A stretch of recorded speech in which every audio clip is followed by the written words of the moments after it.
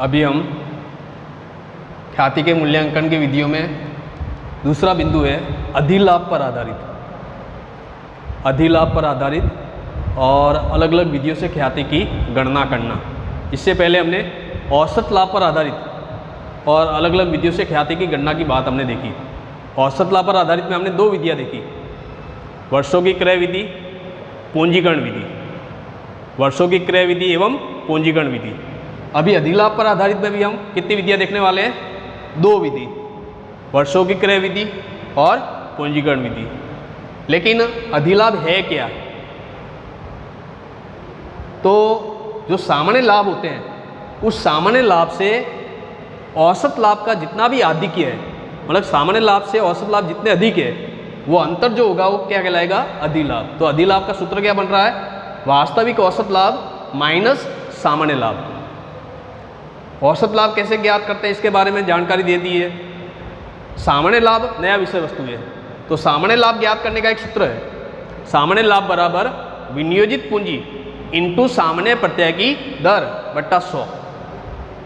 अब ये सामान्य प्रत्यय की दर, जिसको हम कहते हैं कि एक तरह से जिसके अंदर जोखिम का तत्व भी शामिल है, दर प्लस जोखिम का तत्व, ये दो चीज़ें आपके सामने हैं। अधिलाभ का सूत्र वास्तविक औसत लाभ माइनस सामान्य लाभ, और सामान्य लाभ का सूत्र क्या है?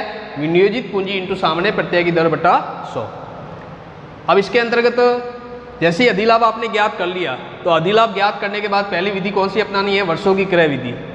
तो वर्षों की क्रय विधि में ख्याति ज्ञात करने का सूत्र है अधिलाभ इंटू वर्षों के क्रय की संख्या।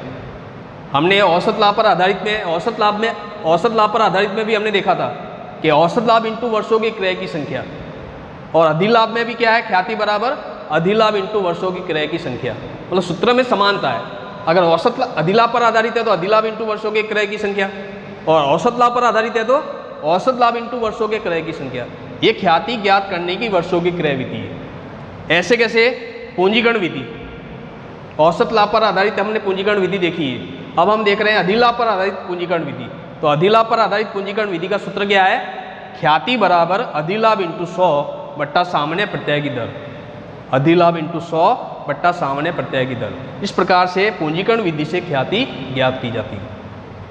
एक बेसिक जानकारी आपको अधिलाभ के बारे में और अधिलाभ के अंतर्गत वर्षों की क्रय विधि और दूसरी पूंजीकरण विधि, ये दोनों विधियों के बारे में जानकारी दी है।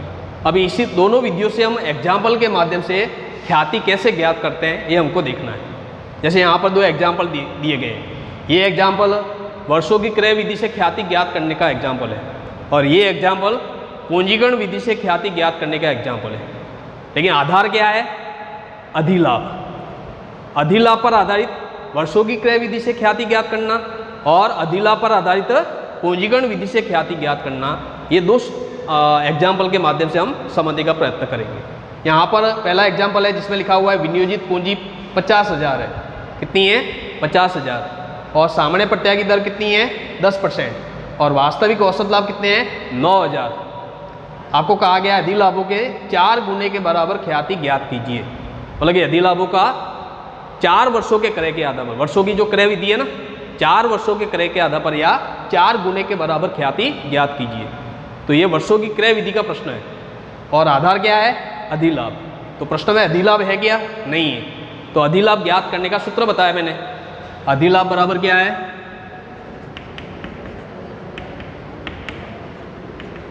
अधिलाभ बराबर औसत सामान्य लाभ, औसत सामान्य लाभ माइनस सामान्य लाभ।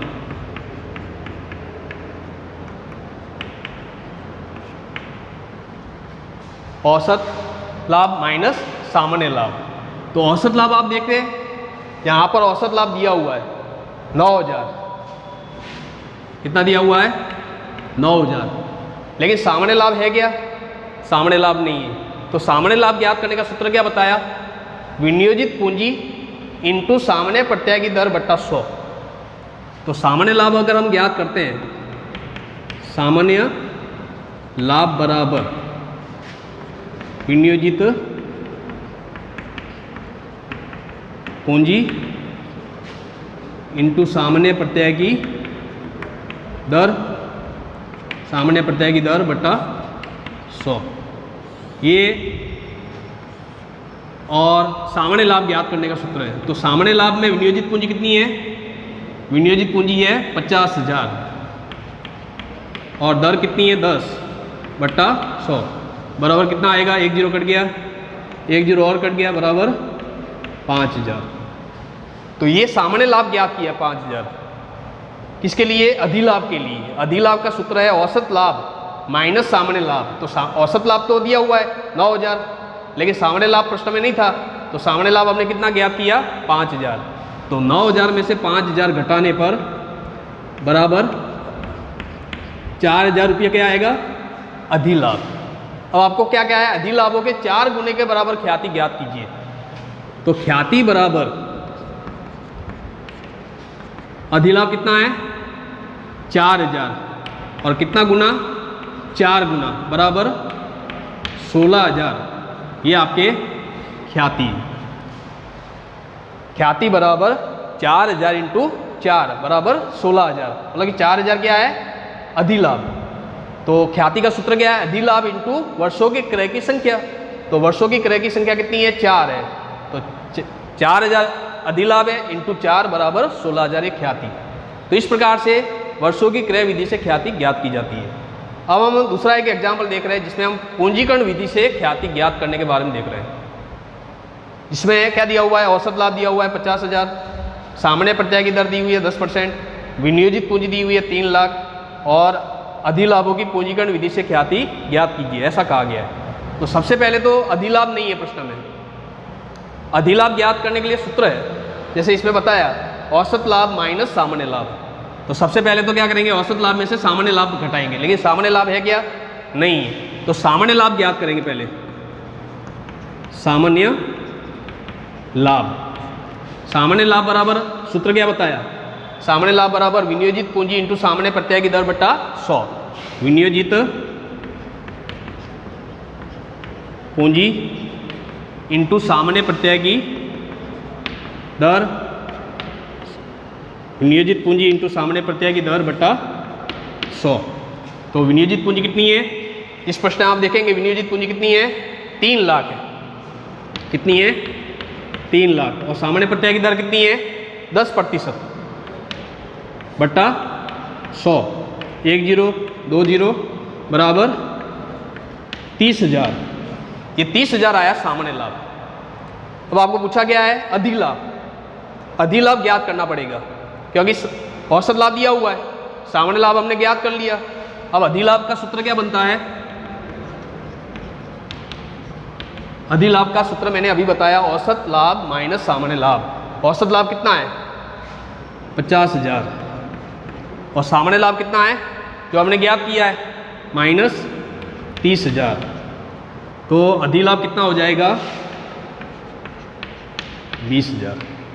50 में से 30 माइनस करेंगे तो 20,000 क्या आएगा? अधिलाभ। ठीक है। अब आपको ज्ञात क्या करना है? अधिलाभों की पूंजीकरण विधि से ख्याति ज्ञात कीजिए। तो ख्याति